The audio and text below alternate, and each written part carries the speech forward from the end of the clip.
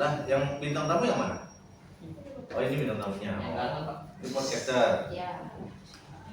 Ini.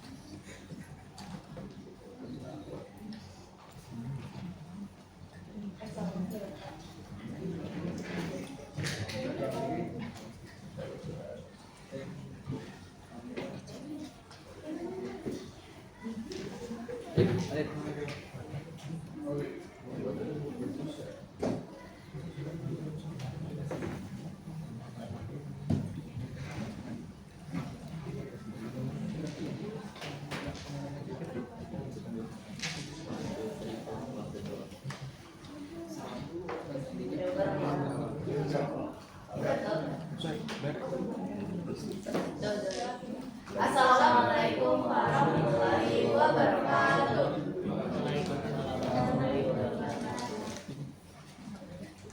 Halo semuanya, kembali lagi di podcast Gen Z Berdialog. Hari ini kita bahas tema yang cukup berat, tapi super relatable, yaitu munafik dan keras hati.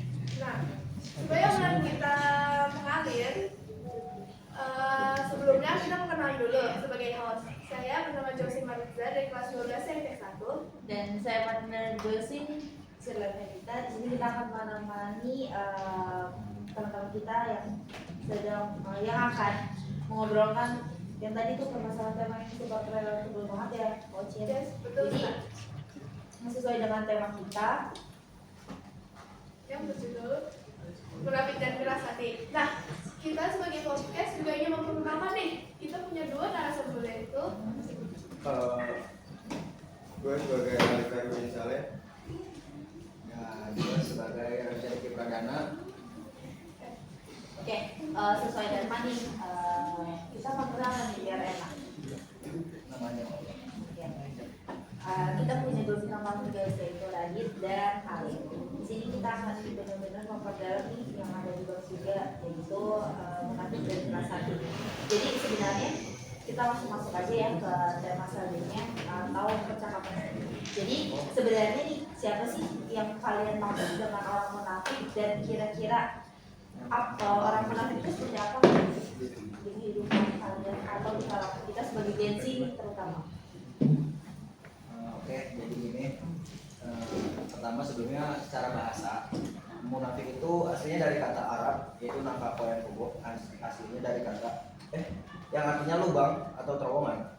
Bayangin kayak sarang tikus yang punya dua pintu, masuk satu, keluar di tempat lain. Nah, orang munafik itu persis begitu. Dia punya dua kepribadian. Di depan dia tunjukin muka A, tapi di belakang dia punya muka B. Bedanya sama sekedar pura-pura biasa. Kalau pura-pura biasa mungkin cuma sesekali, kayak pura-pura senyum pas foto. Kalau munafik ini udah jadi sifat dan pola hidup. Dia konsisten dalam kepalsuannya, terutama dalam hal-hal yang berhubungan sama nilai-nilai agama dan kepercayaan. Jadi bisa dibilang munafik itu sebagai apa ya, kebiasaan ya sih. Jadi kalau misalkan orang itu udah terbiasa dengan sifatnya seperti itu, otomatis hidupnya dia udah terbiasa seperti itu dong. lanjut saya dulu. Nah, selain munafik, ada juga yang namanya keras hati. Nah, menurut kalian tuh keras hati itu apa sih? Keras hati. Untuk keras hati dan munafik itu hubungannya relate banget, maksudnya sama lah. Nah, kalau misalnya keras hati itu sumbernya, tapi kalau misalnya munafik itu sebuah tindakannya. Jadi kalau misalnya dua itu tidak saling berkaitan, pasti kayaknya nggak mungkin deh. Pasti saling berkaitan, karena munafik kan apa ya, sebuah tindakan yang jelek. Dia pasti tidak punya merasa iba terhadap orang lain lah. Jadi itu yang membentuk hatinya keras. Jadi itu tuh semacam siklus ya yang bikin manusia itu jadi keras hati atau bisa bilang kayak gimana ya sih, artinya jadi tambah keras lah ya. Jadi kayak dia bisa dibilang kalau misalkan di era kita itu kayak menutup kuping, tapi bedanya hatinya udah tertutup kedua. Jadi kalaupun memang nih ada orang yang si orang ini salah, tapi kalau misalkan tapi statementnya beda, kurang lebih apa sih? Oke, lanjut pertanyaan selanjutnya. Rasulullah kan udah kasih tahu nih, ada 3 ciri utama munafik. Nah, di zaman yang sekarang menurut kalian apa sih modelnya yang bentuk 3 ciri utama munafik itu? Banyak banget nih contohnya, apalagi di zaman sekarang ya. Yang pertama dari bohong. Itu misal kayak pencitraan pada diri sendiri, kita pamer ke orang lain, kita rajin ibadah segala macam, namun di balik kamera atau di belakang kita berbuat maksiat atau yang lainnya. Kemudian ingkar janji. Banyak deh macamnya di zaman sekarang kan, apalagi contoh kecilnya kita janji sama teman mau nongkrong jam 4, akan tapi kita sendiri malah mengingkari janjinya, malah datang jam 5 atau malah jam 6. Kemudian yang terakhir khianat. Nah ini yang paling parah banget. Misal kita udah dipercayain sama teman kita udah percaya banget sama kita, nggak bakal ngapain, teman udah cerita segala macam tentang privasi dia, akan tapi kita malah nyebar. Nah itu termasuk khianat. Tapi kalian pernah nggak sih ngerasa kayak janji nih ke diri sendiri buat diet, malah beli kopi terus atau semacamnya, kayak misalnya nih, kalian emang udah bener-bener pengen diet nih, oke gue bakal ngekatin makanan ini, tapi ternyata kalian ya malah seperti itu. Kira-kira relatable banget sih.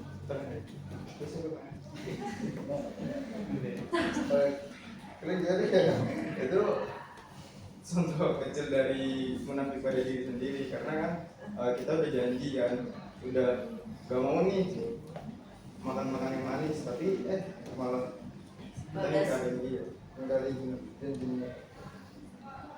Terus gimana dengan ngerasa? Kira-kira apa aja yang red flag atau tanda-tanda awal hati kita mulai keras?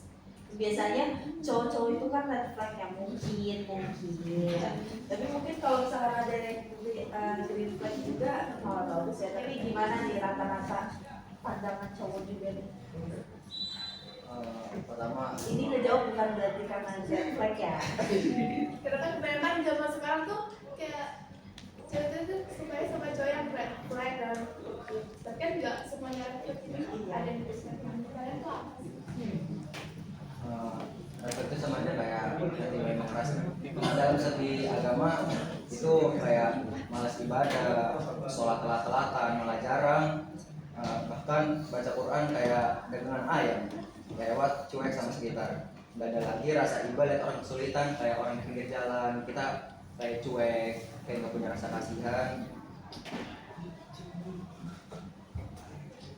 Oke, berarti itu tuh beneran relate banget ya sama kehidupan kita di Gen Z ini, dan ini pastinya berkepanjangan karena yang kita bahas ini adalah hal yang kata orang pun biasa tapi dampaknya panjang banget. Oke, kita lanjut ke dampak langsung dan solusi. Sebenarnya nih, sebahaya apa sih dampaknya buat kita pribadi dan buat masyarakat terutama? Menurut gue ya, itu bahaya banget. Jadi kita ngambil contoh kecil aja deh. Kita satu kelompok nih berempat, ya kita udah ngepercaya seseorang, orang itu menjawab oke, bakal bekerja ini dalam waktu itu, tapi nyatanya enggak, dan kita jadi keteteran dan tugasnya hancur. Menurut gue itu sih yang bahaya bagi satu kelompok. Dan pastinya kita akan kehilangan rasa trust itu ke orang tersebut ya. Jadi kayak gue udah percaya untuk bisa sama-sama menghandle lo, tapi tiba-tiba Lanjut ya. Nah, menurut kalian itu lebih banyak orang terang-terangan apa yang orang munafik sih? Dan kayak kenapa sih kayak harus ada lebih orang munafik dari orang terang-terangan? Lebih berbahaya munafik. Soalnya karena menurut gua kalau misalnya orang yang jahat terang-terangan tuh kayak kelihatan gitu wujudnya, daripada kalau misalnya orang munafik ibaratnya kayak musuh dalam selimut. Nah kan kita nggak tahu siapa yang jahat, tiba-tiba dia kayak nusuk kita dari belakang segala macam, jadi kita di belakang kan kita nggak tahu. Makanya itu Rasul bahkan bilang orang munafik itu berada di kerak neraka yang paling bawah. Soalnya bahayanya double, nipu manusia dan bahkan menipu Allah Subhanahu wa taala. Jadi menurut kalian nih lebih baik orang munafik daripada orang munafik. Tapi kan kalau misalnya dari kutip berbahaya kan beda berbahaya. Maka menurut kalian tuh orang munafik lebih berbahaya? Karena kayak kita nggak tahu musuh kita siapa. Kan kalau misalnya kalau orang jahat kita tahu sesuai orang jahat harus kita jauhin. Tapi kalau misalnya orang munafik kan kita nggak tahu siapa yang harus dijauhin. Tapi gimana nih caranya kalau misalkan yang tadi bilang ya, kan orang munafik itu pastinya ada yang terang-terangan dan ada yang diam. Tapi kalau misalkan nih orang tersebut adalah orang terdekat, gimana tuh caranya? Pastinya kan lebih double kill ya untuk rasa sakitnya. Gimana tuh? Kalau misalnya orang terdekat kita sendiri yang munafik, kita tahu yang telat, lebih baik kita jauhin karena itu munafik sifat hati yang nggak bisa dihilangkan. Berarti lebih terang-terangan gitu ya Bang? Tapi kalau bisa dipilih sih jangan ada acara terang-terangan Dan orang munafik. Iya. Lebih baik kita menghindari ya. Lebih baik circle pertemanan itu kecil tapi orangnya bikin kita merasa percaya daripada circle banyak gitu ya. Tapi itu kembali lagi, tapi kembali lagi dengan cara kita memilih teman. Gitu poin. Maka kita perlu pandai-pandai memilih. Terus gimana sih caranya untuk membuka hati yang mulai keras? Ya kita udah percaya sama dia, tapi kita udah keras tapi kayak membuka hati kita lagi tuh dari mereka tuh gimana? Yang pertama tuh menurut gue selalu banyakin istighfar yang kayak dengerin atau membaca Quran, terus bergaul dengan orang yang yang baik. Jadi mau gimana?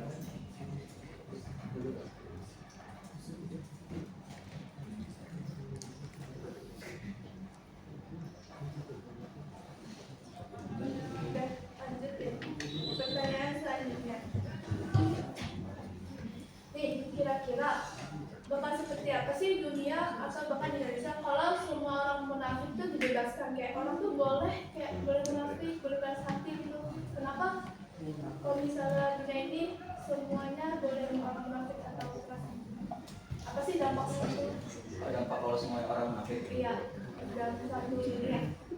dampaknya bakal parah banget kalau misalnya satu dunia orang munafik Iya, ya. kayak hal kecil lagi kita nggak mungkin bisa. Jadi kita nggak boleh percaya satu sama lain. Terus kayak satu hal kecil apa sih menurut kalian kayak judge pada diri sendiri tuh mulai dari mana? Sekecil Gue pribadi pengennya sih lebih jujur sendiri, terus juga sama orang lain sih. Katakan kepercayaan seseorang atau kepercayaan orang lain kepada kita tuh berharga banget. Yes. Bahkan kalau bisa dibilang kepercayaan itu lebih mahal dari uang. Jadi kalau bisa kita jaga kepercayaan itu harus yes. kelas ya. Bohong itu kan bisa bilang baik sama nggak baik. Kalau bohong dalam kondisi nggak baik kan pasti banyak hal. Kalau bohong dalam keadaan misalnya dalam kondisi yang benar-benar udah mulai kecil nih kayak oh kita harus bohong nih. Nah bohong bisa dibuat untuk menjadi Biasanya karena situasi. Semisal kita lagi ngerantau, kita jadi anak rantau, orang tua khawatir kan sama kita, telepon. Nah, kamu udah makan belum? Bilang kita bohong nih, kita bilangnya udah makan, padahal belum. Itu biar orang tua nggak khawatir sama kita. Itu salah satu bohong yang diperbolehkan. jadi nggak semua bohong itu bisa diangkat misalnya. Ini udah di luar topik sih, tapi masih dalam satu tema. Tapi kira-kira di kalian tuh ingat gak sih pertama kali bohong itu tentang Udah lupa sih itu udah dulu ya banget. kan? Karena saking banyaknya kita berbohong terutama kepada diri kita sendiri. Jadi itu bikin kita merasa kayak bohong dan maksudnya menusuk atau teman itu jadi kayak hal ya udahlah, itu juga kalau kita bohong orang itu nggak tahu. Nah, hasil kita lebih sering untuk berbohong dibanding kita jujur.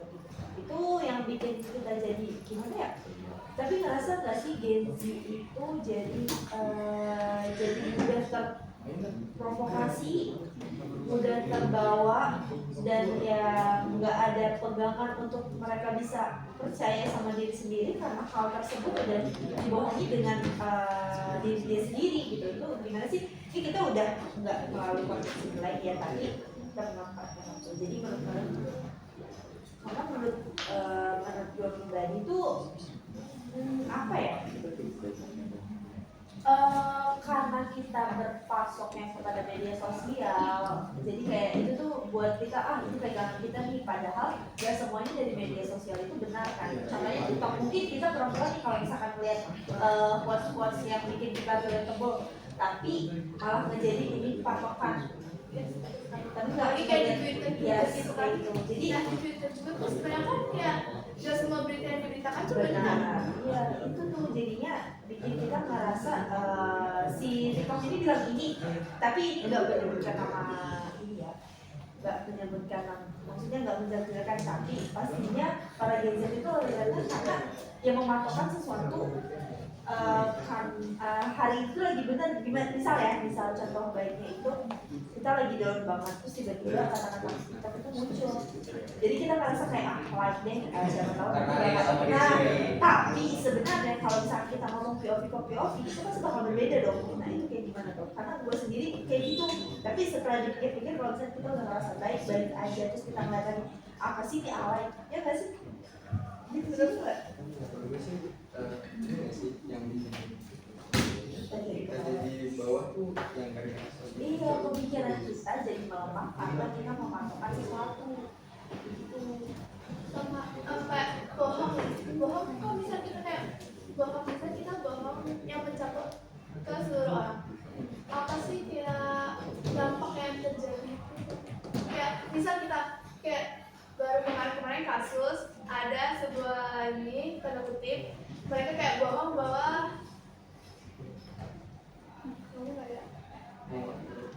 ketentuan pemerintahan di katanya dihanguskan biar ini presidennya bilangkan kepada ini kebijakan diharuskan, tetapi mereka berdoa dalam berarti ya mereka mundur waktu lah, akhirnya kan terjadi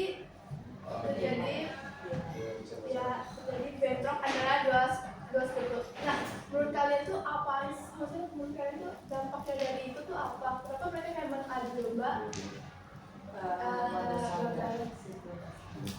Biasanya karena kepentingan pribadi nggak sih? Betul.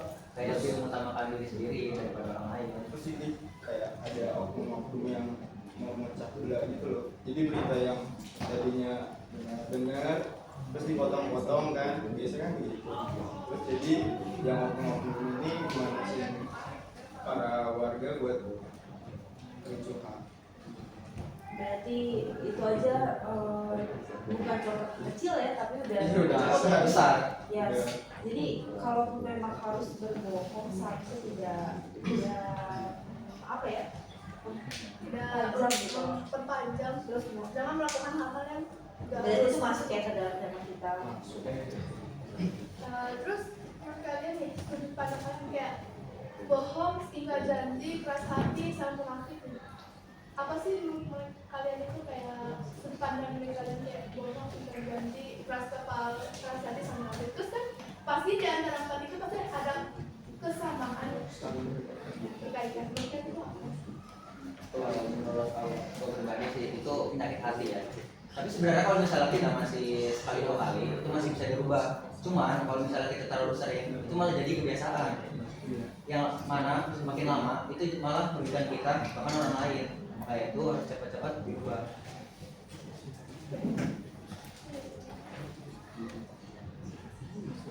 Kalau udah Nah, menurut Bapak, kayak misalnya kita kayak tadi Bapak tuh nanya ke Radit, kayak bohong itu kan bisa baik sama jahat ya. Menurut Bapak itu kayak kalau bohong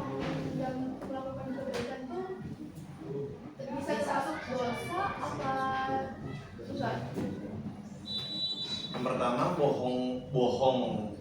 Saya nggak tahu dari mana asal mulanya istilah bohong baik. Ya. Dalam Islam semua bohong itu buruk. Yang dikecualikan itu cuma 3 hal, dan itu pun bukan bohong. Gimana ya? Silat lidah, bahasa lebih tepatnya sebenarnya bersilat lidah. Misalnya gini, ada orang pengen dibunuh, pengen dibacok, tiba-tiba dia korbannya ngumpet di rumah kita, lalu kita pindah dari tempat duduk di sini pindah ke sini. Ntar ada orang nanya, tadi ada orang lewat sini nggak? Kamu bilang, semenjak saya duduk di sini saya nggak ngeliat siapapun. Ya benar, karena orangnya waktu kita duduk di sini, itu namanya silat lidah. Itu sebenarnya bukan bohong. Dan silat lidah yang dibolehin itu 3. Yang pertama, suami ke istri.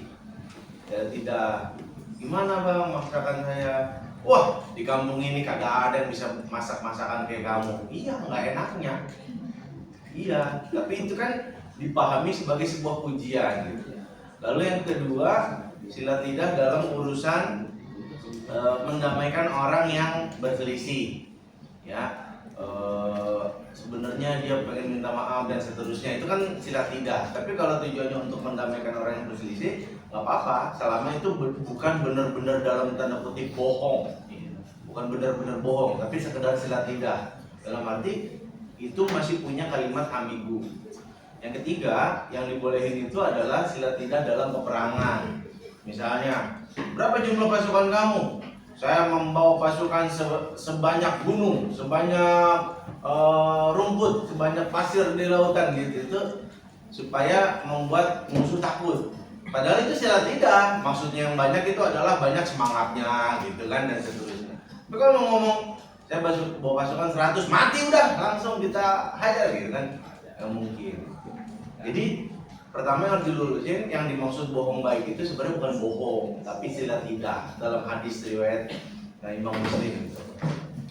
Nah yang kedua, poin yang saya sampaikan, jangan sampai dalam tanda kutip istilah bohong baik itu menyebabkan kita memandang baik semua jenis bohong dengan alasan darurat. Dan semua orang bohong itu pasti darurat, minimal untuk mempertahankan dirinya sendiri. Kamu nyontek ya? Enggak pak. Pasti enggak, karena untuk mempertahankan dirinya sendiri. Jadi konsep darurat itu pun sendiri harus ada pembahasan khusus gitu. Daruratnya darurat dalam hal apa gitu. Karena kan ada satu ungkapan, katakanlah yang benar walaupun itu pahit. Pahit itu ya tidak selalu bermakna darurat. Walau izin bertanya, tapi kan waktu zamannya Rasulullah dulu ada seorang sahabat yang dipaksa masuk ke dalam kekafiran, tapi dalam hatinya tuh tetap beriman pada Allah, itu gimana Pak? Nah, kamu harus kutip ceritanya secara utuh. Itu namanya Ammar bin Yasir. Satu keluarga disiksa. Dan siksanya itu bukan siksaan kayak kita, cuma dicambuk segala macam, itu mah ringan. Ammar itu disiksanya itu dipukulin 1 harian nggak berhenti, sampai yang mukul itu capek. Hari pertama ibunya dibunuh dengan ditusuk dari kemaluannya sampai tembus ke bayinya sampai mati. Lalu hari kedua bapaknya nggak kuat nahan pukulan, akhirnya bapaknya udah tua renta mati. Bayangin, dalam kondisi ibu mati, bapak mati, Ammar bin Yasir dipukulin terus sampai berhari-hari, sampai hilang kesadarannya. Lalu dikatakan kepada Ammar bin Yasir, dustakanlah Muhammad. Lalu dalam keadaan tidak sadar ya, setengah sadar. Gimana sih orang dipukulin berhari-hari sampai dia berada di antara sadar atau nggak sadar. Nah Ammar bin Yasir itu ngomong begitu dalam kondisi antara sadar atau tidak sadar. Jadi bukan dalam kesadaran penuh dia nyaci maki Nabi Muhammad, dibilang keluar dari Islam gitu. Makanya ayat yang turun itu adalah mengatakan bahwa intinya orang yang mengucapkan kekufuran sementara hatinya itminan dalam iman, nah itu nggak dihukum sama Allah. Bapak, kalau janji kan harus ditepati. Tapi kalau misalnya janjinya lebih tepat? Pertama, mundur janji itu ada dua, ada yang syar'i, ada yang enggak. Kalau yang syar'i itu alasan yang bisa diterima secara syariat, yang kedua alasan yang diada-ada.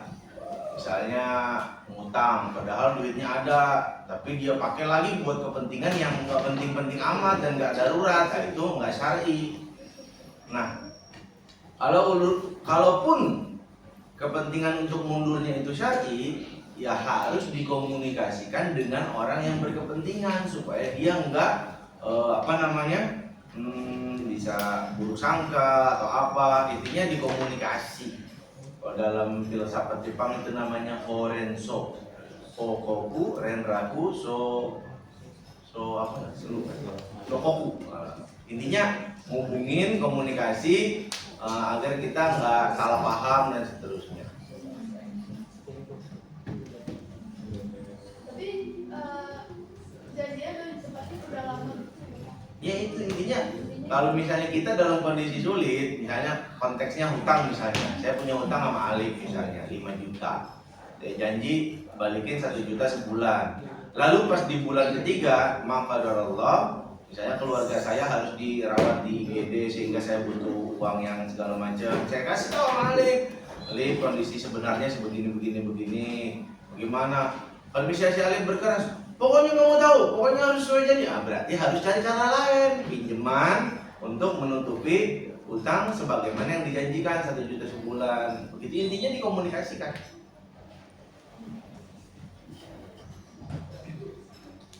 Jadi kira-kira Pak, dampak sesuai dengan itu kayak gimana caranya untuk kita nggak terlalu satu mungkin menginsyaf diri atas hal-hal yang nggak baik dalam artian ya tadi berbohong, atau mungkin yang lagi relate banget adalah cara pertemanan supaya ya biasanya itu pertemanan kalau dua ini udah ada otomatis akan hancur kan Pak. Gimana tuh caranya kita menjaga plus menjaga diri juga untuk baik lah ya untuk diri kita sendiri, atau menjaga pertemanan untuk ya tidak hilang tidak sampai ada di kedua itu. Nah tadi sekaligus saya melengkapi ya apa yang kalian tadi diskusikan. Saya rasa kalian belum bisa membedakan antara munafik dengan dua muka. Kayaknya yang tadi kalian omongin itu sebenarnya bukan munafik tapi dua muka. Harus dibedain, tidak semua orang yang dua muka itu munafik, tapi semua orang munafik pasti dua muka.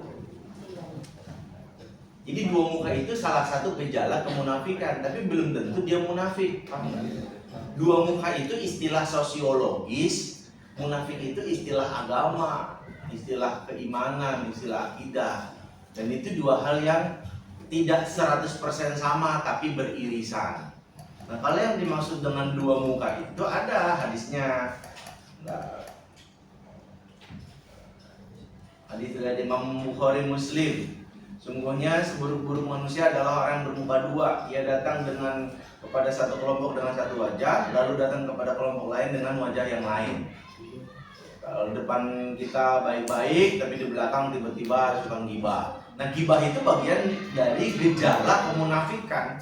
Munafik itu kan orang pengecut, nggak berani dia ngomong di depan, dia lampiaskan di belakang.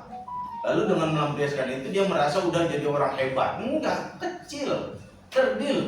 Kalau dia orang hebat, dia akan hadapi masalah itu, diselesaikan dengan baik-baik, dan dia tidak merasa perlu untuk mencari backup, dukungan dari orang lain, sambil merasa dia bisa menghantam orang lain, padahal orang itu nggak bisa ngebalas sama sekali. Yang ngebalas apa orang tahu juga kagak. Jadi munafik itu lebih luas daripada dua muka. Tapi kalau yang kalian maksud tadi itu sebenarnya tindakan pelin-pelan, cari selamat, manipulatif dan segala macam, itu lebih ke dua muka. Ya, lebih ke dua muka. Nah, kalau misalnya orang yang dua muka itu faktornya bisa banyak.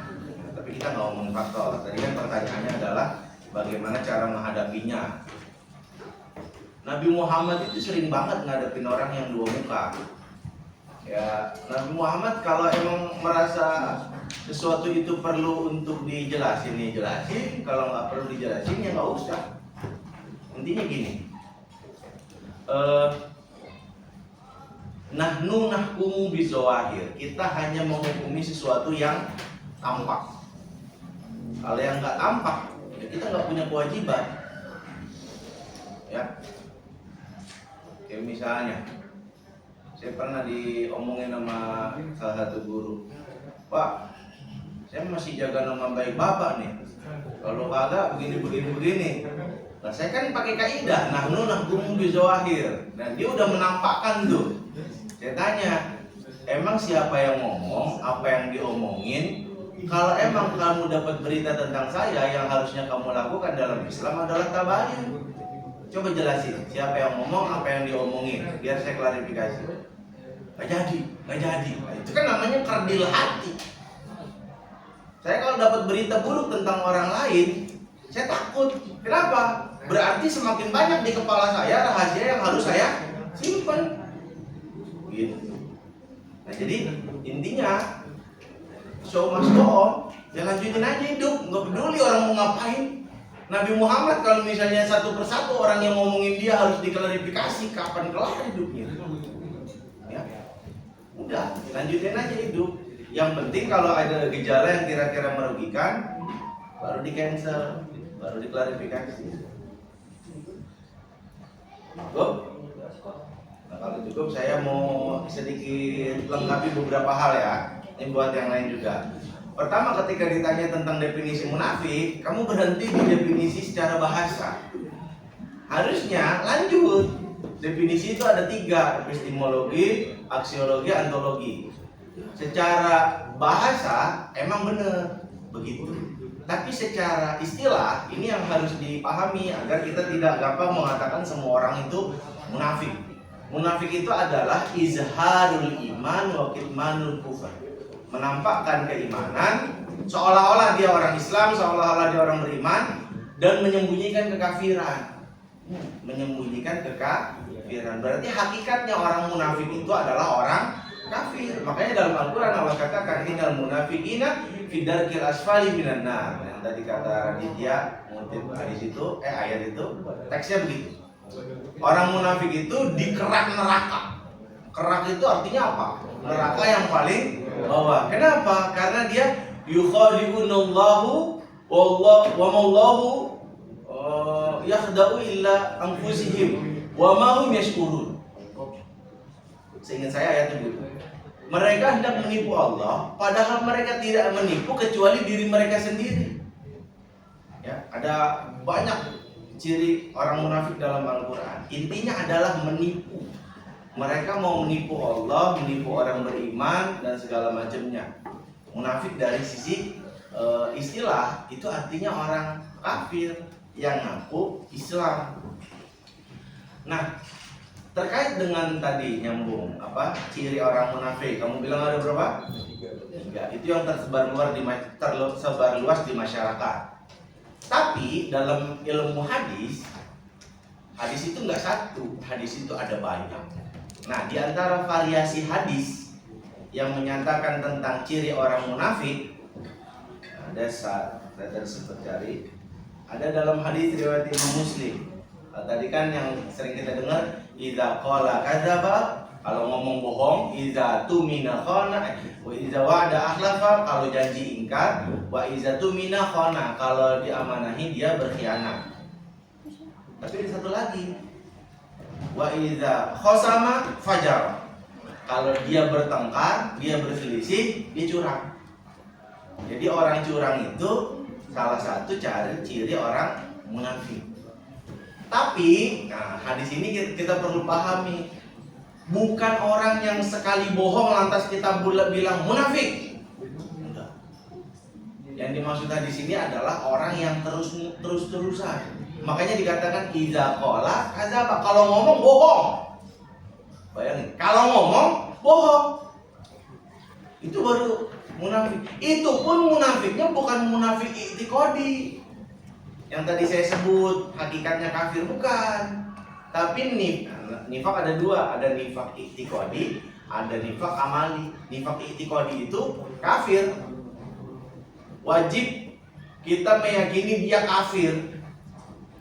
Ya, misalnya dia ngaku Islam tapi menghina Al-Quran, menghina Nabi Muhammad dan seterusnya, udah nampak kekafirannya.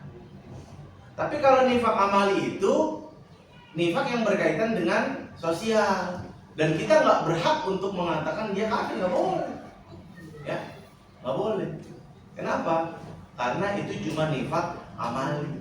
Nifak amali itu cuma bilang biasanya orang munafik kayak begitu, tapi tidak semua orang yang begitu itu munafik. Bapak aku potong. Kata bapak kan ada 4 sama curang berdekat makanya kau curang. Kalau misal Berselisih ya sama aja. ya berselisih curang. Intinya ngecil. Curang kalau misalnya untuk misal unggul daripada diri sendiri, Maksudnya? kayak misalnya diri kita mau kelihatan kita biar bisa unggul dari orang lain, kita curang. Curangnya gimana? Curang biar dalam belajar bisa enggak? Biar kita unggul nih bisa misalnya nilai bagus ini bagus. Yang dimaksud curangnya itu apa? Saya nggak bisa jawab kalau nggak jelas. Kalau curangnya belajarnya lebih panjang dari orang lain itu bukan curang, itu namanya berusaha lebih keras. Misalnya nyontek. Nah, kalau nyontek itu ya berarti dia melanggar peraturan. Konteksnya nggak nyambung sama hadis ini. Hadis ini kalau dia berselisih dia curang. Misalnya kamu saingan sama dia, rebutan cowok misalnya. Lalu kamu bisa jadi itu atau apa segala macam, atau kamu sama dia berselisih tentang satu hal, lalu kamu bawa orang lain buat jangan temenin dia, itu baru namanya curang. Konteksnya adalah dalam perselisihan. Oke, lalu yang kedua, keras hati. Keras hati itu salah satu sikap luar dari orang munafik. Orang munafik itu susah dinasihati. Makanya dalam Al-Quran Allah menyebutkan banyak ciri orang munafik. Ciri orang yang keras hati. Misalnya dalam surah Al-Baqarah. Dalam surah Al-Baqarah Allah katakan yang artinya Al-Baqarah ayat 74. Kemudian setelah itu hatimu menjadi keras seperti batu, bahkan lebih keras lagi. Padahal di antara batu itu ada yang mengalir sungai di dalamnya, ada yang terbelah dua lalu keluar airnya, ada yang pula meluncur jatuh takut kepada Allah. Allah tidak lengah terhadap apa yang kamu kerjakan. Ini metafora atau gambaran Allah tentang orang yang keras hati, lebih keras daripada batu. Kenapa bisa keras kayak begitu? Dalam surah Al-Hadid ayat 16 Allah jelasin. Janganlah mereka seperti orang yang sebelumnya telah diberi kitab. Nah, ini keras hati.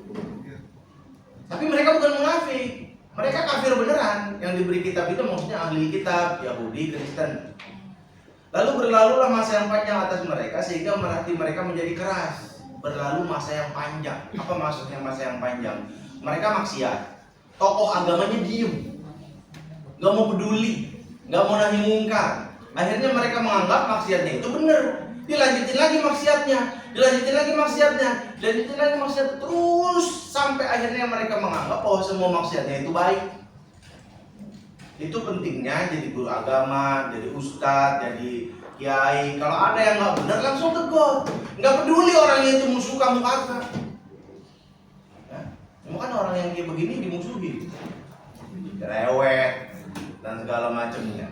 Dan orang yang kayak begini yang paling sering digibahin, ya.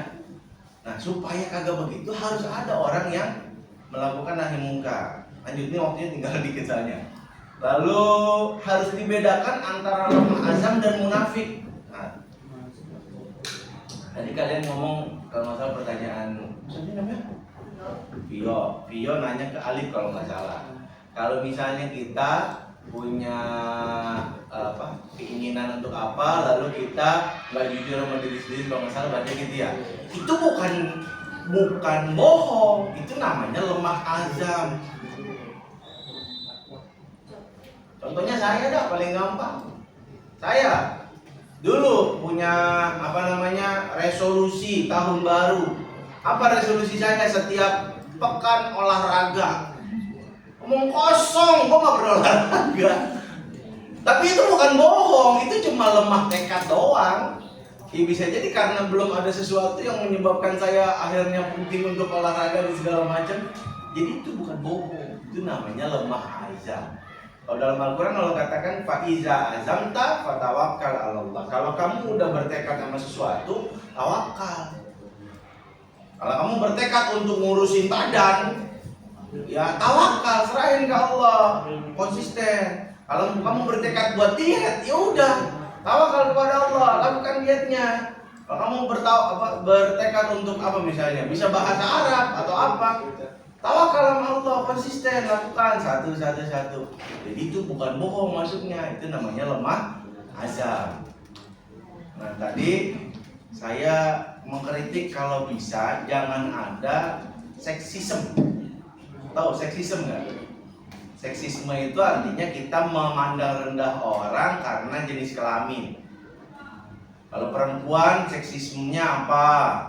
Boros, segala macem. Kalau laki seksismenya apa? Laki-laki banyak yang red flag segala macem. Itu namanya seksisme. Kita merendahkan orang hanya karena jenis kelamin. Enggak semuanya gitu, agak. Kalau kita ketemu orang yang banyak yang begitu, tidak juga itu merupakan pengalaman orang lain. Tidak semua orang Jawa itu suka dandan dan morotin laki. Tidak semua orang Sunda itu suka dandan dan morotin laki. Tidak semua orang Jawa itu pengecut. Tidak semua orang Minang itu pelit.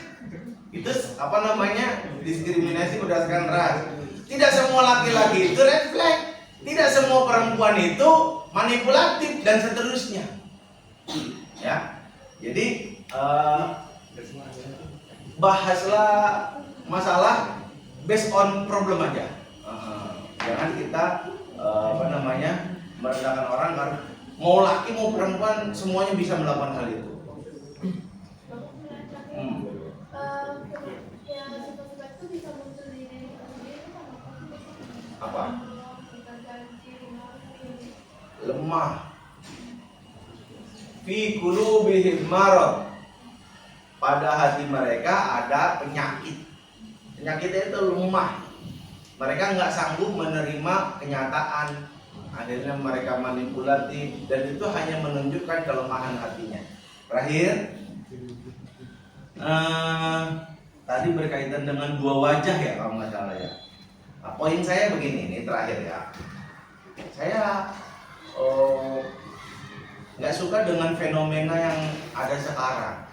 Jadi kalau misalnya dibilang seolah-olah kita membaikkan orang buruk dan memburukkan orang baik. Orang buruk belum tentu selamanya buruk, bisa jadi dia baik. Oke, di titik itu benar. Tapi jangan jadikan alasan bahwa semua orang baik itu menyimpan niat buruk dan seterusnya. Enggak. Jangan begitu. Kita akhirnya menghiraukan penjahat dan memenjahatkan orang baik. Gitu. Ini fenomena yang ada sekarang gitu. Saya nggak begitu suka gitu. Karena dalam Islam itu kaidahnya adalah kita hanya menghukumi orang sesuai dengan apa yang tampak. Dia tampaknya baik, kita perlakukan dia baik.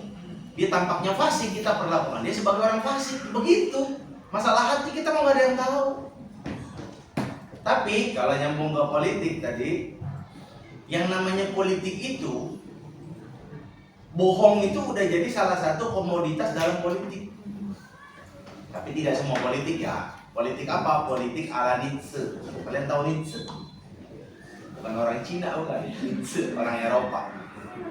Dia mengatakan politik itu semuanya halal. Apa aja kerjain. Bebas. Nah, politik ala Nietzsche itu yang menyebabkan banyak orang politikus itu gampang berbohong. Tadi dengan alasan begini-begini, udah ngomong aja dulu. Ya, dan seterusnya. Banyak kalau ngomongin kebohongan politikus itu. Tapi intinya kalau dalam Islam bahkan dalam politik pun nggak boleh bohong. Wallahu a'lam bishawab. Terima kasih kepada kelas ini, luar biasa podcastnya. Ini konsep baru sebenarnya. Tapi saya hargai semua dari pihak kalian.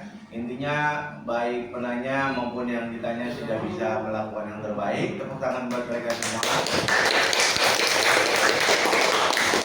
Dan saya yakin semua sudah melakukan yang terbaik, ada tim riset, tim segala macam gitu. Tapi saran saya kalau bisa risetnya jangan asal riset. Jadi risetnya itu berkali-kali gitu. Jadi mendalam dan seterusnya ya. Itu aja, terima kasih. Assalamualaikum warahmatullahi wabarakatuh. Ini saya poin-poin yang tadi saya tambahin itu saya copy ke salah satu dari kalian, ntar kirim aja ke grup kalian.